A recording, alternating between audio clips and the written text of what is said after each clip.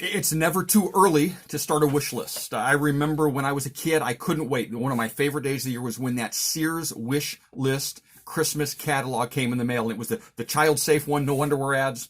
And I would pour through that catalog, and I would dog ear pages, and I would mark all of the things. I would make my Christmas list from that. I loved getting that. It's never too early to make a wish list. So this is my post-pandemic wish list, more or less. First one, more cheap gas, less cheap talk. I've always known this, that words have great weight, but not being able to speak to people as much has just made me recognize that, man, I want my words to matter. And so I want to recognize in every moment the weight of words. Okay, number two, more communities and less neighborhoods. Neighborhoods are about location. Communities are about relationships. I don't know if you've noticed this in your community. I have in mine, where people are walking, people are looking each other in the eyes, people are talking, people are getting to know their neighbors a little bit more. They're outside in the front yard as opposed to just driving into the garage, shutting the garage door behind and never seeing each other again. So I'm just saying, more communities and less neighborhoods. Number three,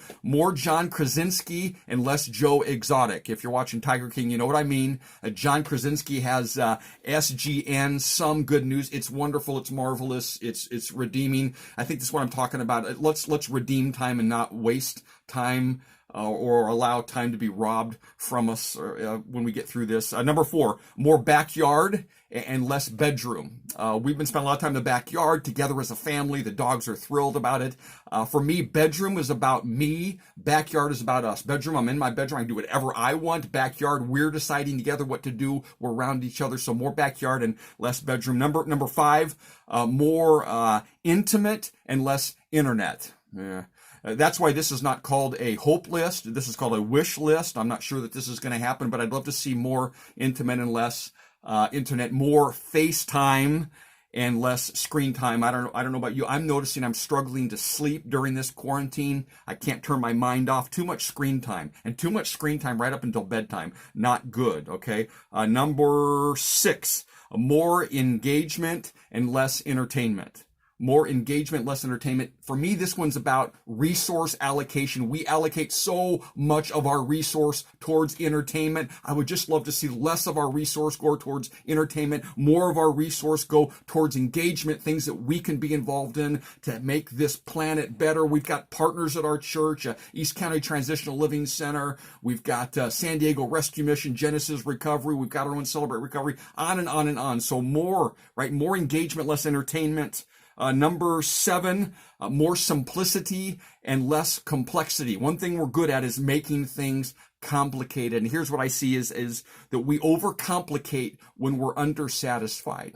And so what if we were to find out how to be more satisfied and to live simply so that we would not overcomplicate everything? Okay, number eight, these next two are about church and faith. How about more Jesus and less us?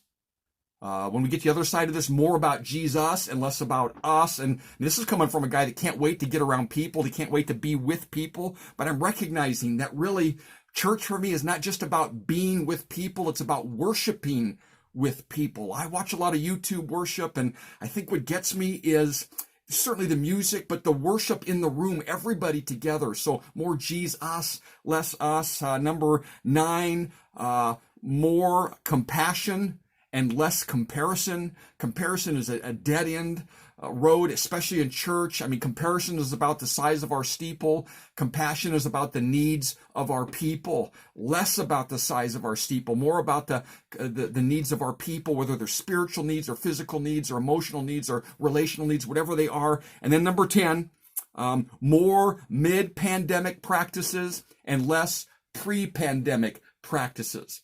In other words, I believe that there are things going on in the midst of this pandemic that are beautiful, and we need to figure out what the beauty is in the midst of the pandemic so that it can be beautiful in our lives on the other side of the pandemic. So that is my post-pandemic wish list. What is yours? Put some of your wish list in the comments. Thank God it's Monday.